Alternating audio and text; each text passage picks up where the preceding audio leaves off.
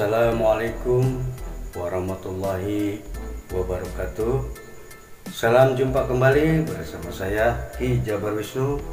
Semoga para penonton dimanapun berada selalu dalam keadaan sehat walafiat dan selalu dimudahkan segala urusan dunia akhiratnya oleh Allah Subhanahu wa Ta'ala. Amin, Allahumma amin.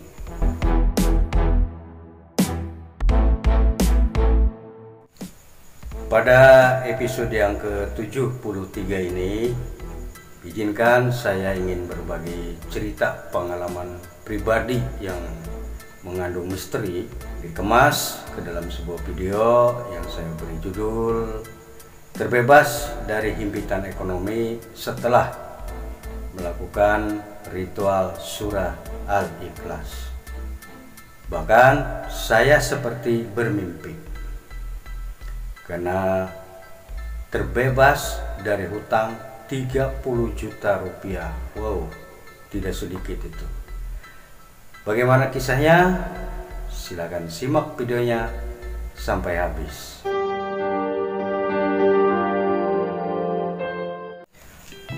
Saudara-saudaraku dimanapun berada yang dirahmati Allah Subhanahu wa Ta'ala,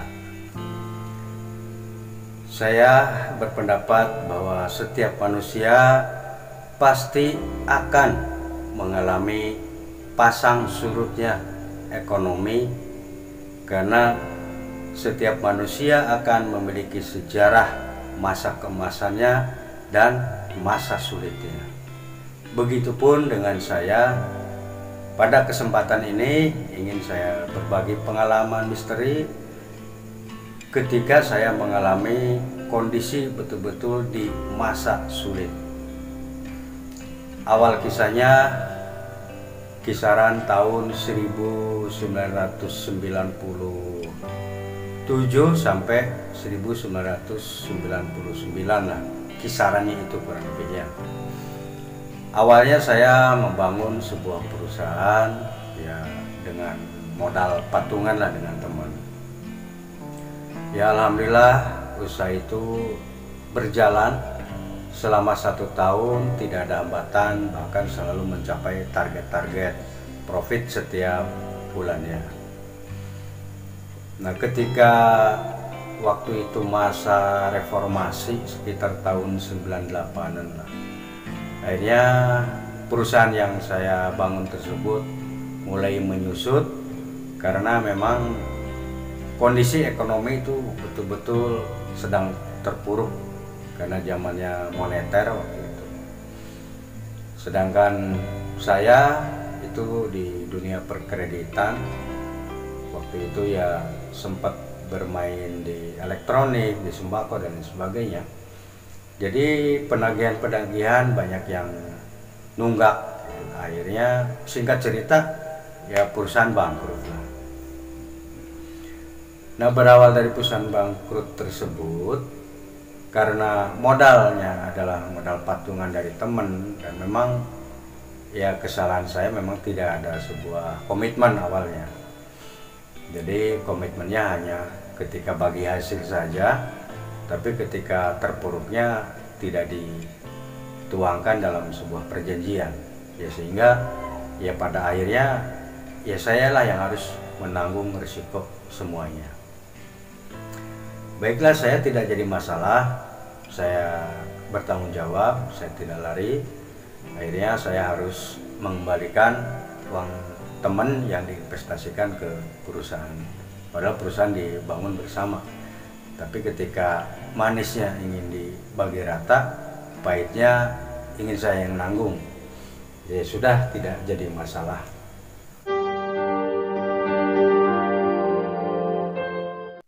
Kesimpulannya, saya harus mengembalikan uang teman tersebut. Akhirnya saya berpikir keras, bagaimana caranya saya mendapatkan uang untuk mengembalikan uang teman tersebut. Ya saya selalu berpikir dan berpikir, ya karena memang saat itu kondisi sedang secara nasional itu emang sedang moneter, sedang sulit. Jadi kita mau buka usaha apapun emang susah. Ya, banyak juga pemikiran-pemikiran negatif yang datang, dari mulai hasutan-hasutan nomor togel sampai ke tuyul, sampai ke nyupang peri, ratu jin, dan harta karun dan lain sebagainya lah. Ya, banyak yang datang ke pikiran-pikiran saya. Ya, saya senyum saja. Ya, saya tahu itu kesempatan bagi mereka mengganggu saya. Tidak sedang sulit saja mereka selalu mengganggu saya, selalu mengajak saya, apalagi sedang sulit. Itulah kesempatan mereka, kesempatan emas bagi mereka itu untuk menjerumuskan manusia. Konteksnya tanda kutip ya, mereka di sini adalah iblis yang ingin menjerumuskan manusia untuk menemaninya nanti di neraka jahanam. Ya, alhamdulillah saya tepis terus ya, karena saya patokannya pertama itu di surat Al-Ikhlas, Allahu Somad, Allah tempat meminta. Lalu di surat Al-Fatihah, Iyyaka na'budu wa iyyaka nasta'in, hanya kepada Allah kita berserah diri, hanya kepada Allah kita mohon pertolongan, hanya kepada Allah kita bergantung. Ya sudah, kita harus kembali ke sejadah.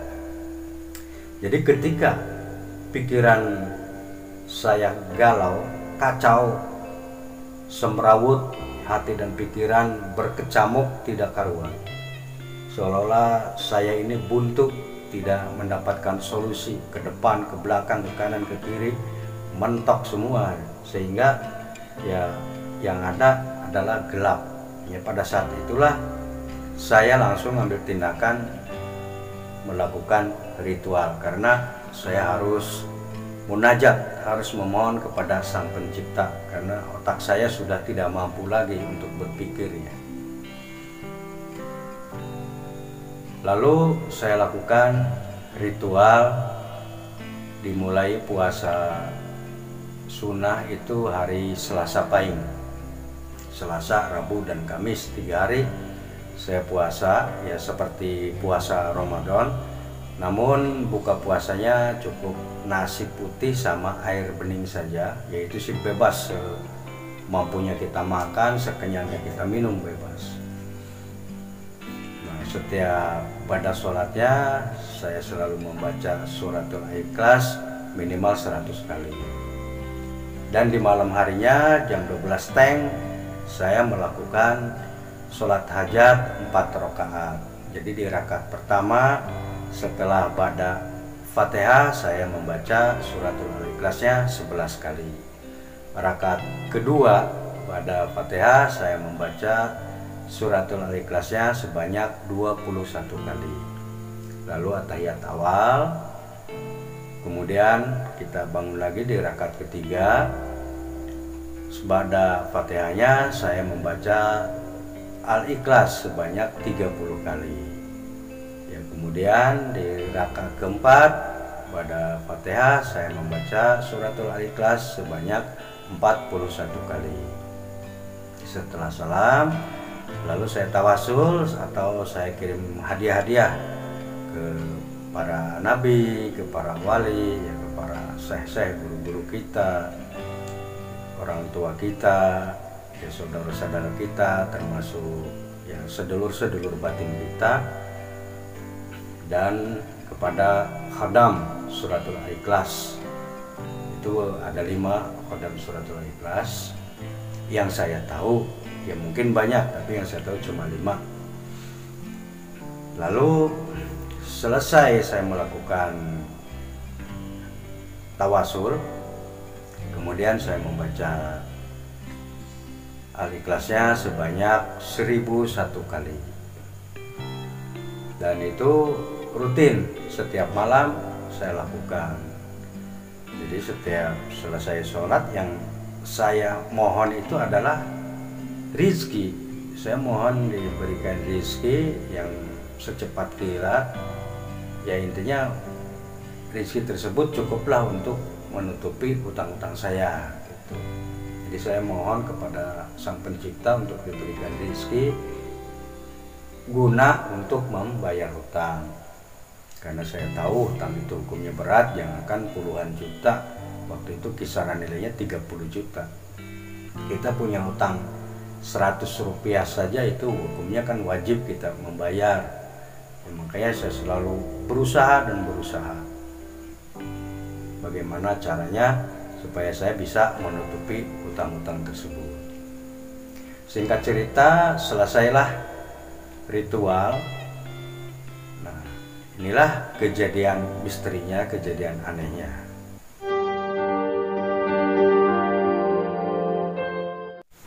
Selesai saya melakukan ritual, waktu itu kan puasa Selasa, Rabu, Kamis.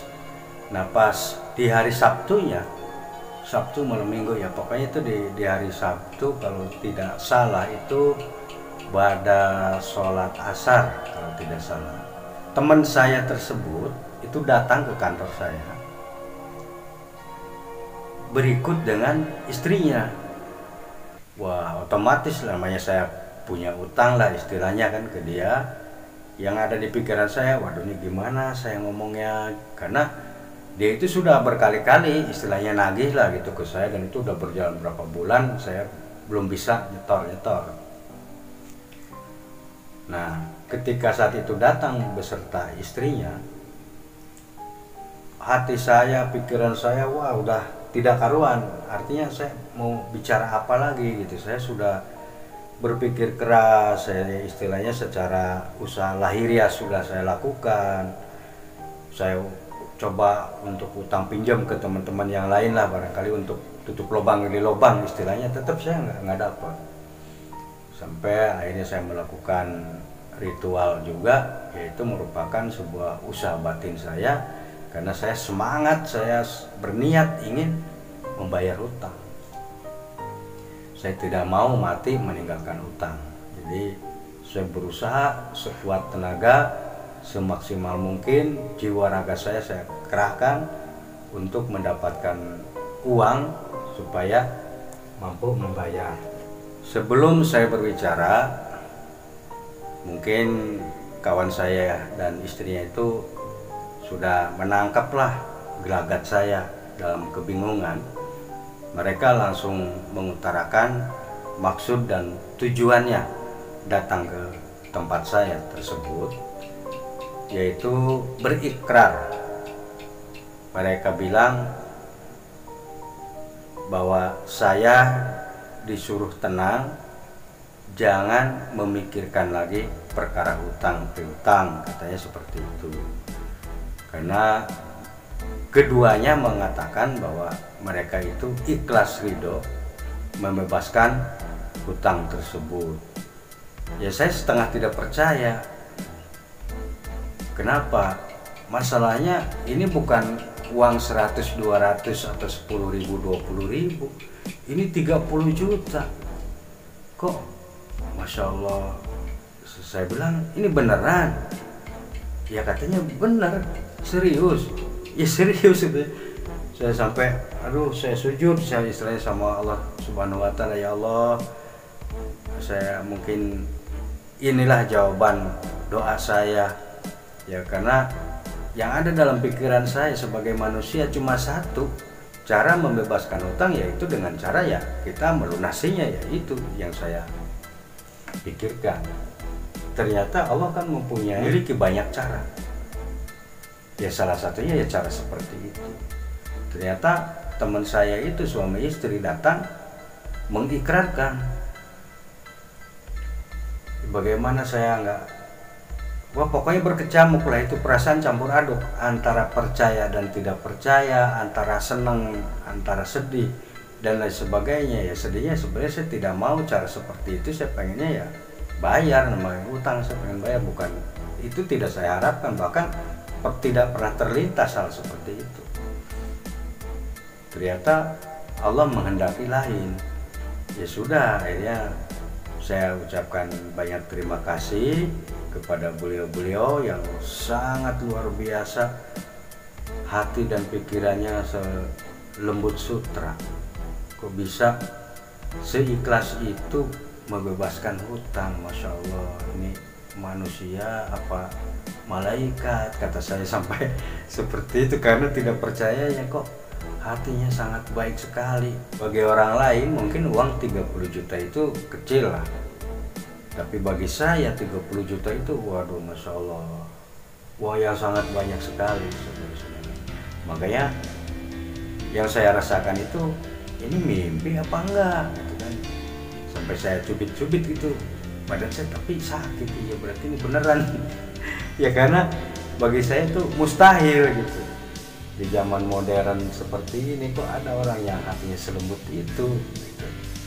Akhirnya ya sekali lagi saya ucapkan banyak terima kasih kepada beliau-beliau yang sangat mulia sekali hatinya, dan tidak lama beliau pamit gitu. Yang sudah saya terima, ya saya berkali-kali mengucapkan terima kasih kepada beliau-beliau.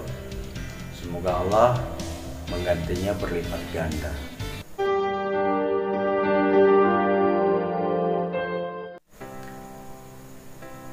Itulah kejadian misteri yang saya alami, saudara-saudaraku, bahwa sesuatu perkara menurut manusia bisa saja itu hal yang mustahil, hal yang tidak mungkin, hal yang tidak masuk akal. Tapi jika Allah berkehendak kun fayakun, maka terjadilah. Makanya pada kesempatan ini saya buatkan video ini hanya semata-mata ingin berbagi kepada saudara-saudaraku dimanapun berada.